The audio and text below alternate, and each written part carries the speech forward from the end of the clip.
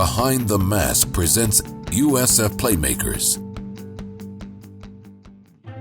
You want to pay homage to John Lewis and to C.T. Vivian and Martin Luther King Jr., then be sure you have a voter registration card. For myself, when I think of voting, that's powerful. Not voting is not an option. It's important for us to make sure our voice is heard. And whether that's, voting at the ballot or protesting or marching, voting is now. This may be the most important and consequential national election since Civil War. Voting is, of course, extraordinarily important.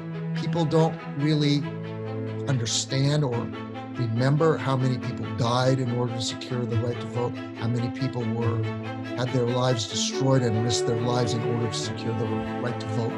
So exercising the right to vote, it is absolutely imperative.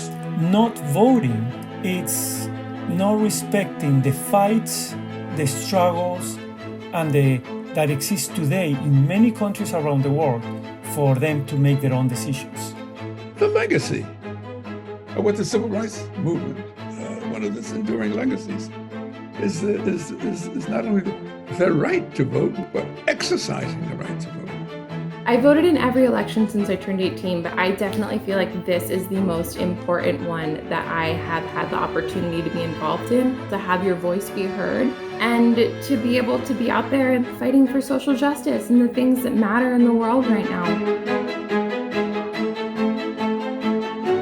So it's important that we have a say in the solutions to build more equitable policies and to vote for leaders at every level of government to ensure that the justice systems reflect the values of our communities that we serve.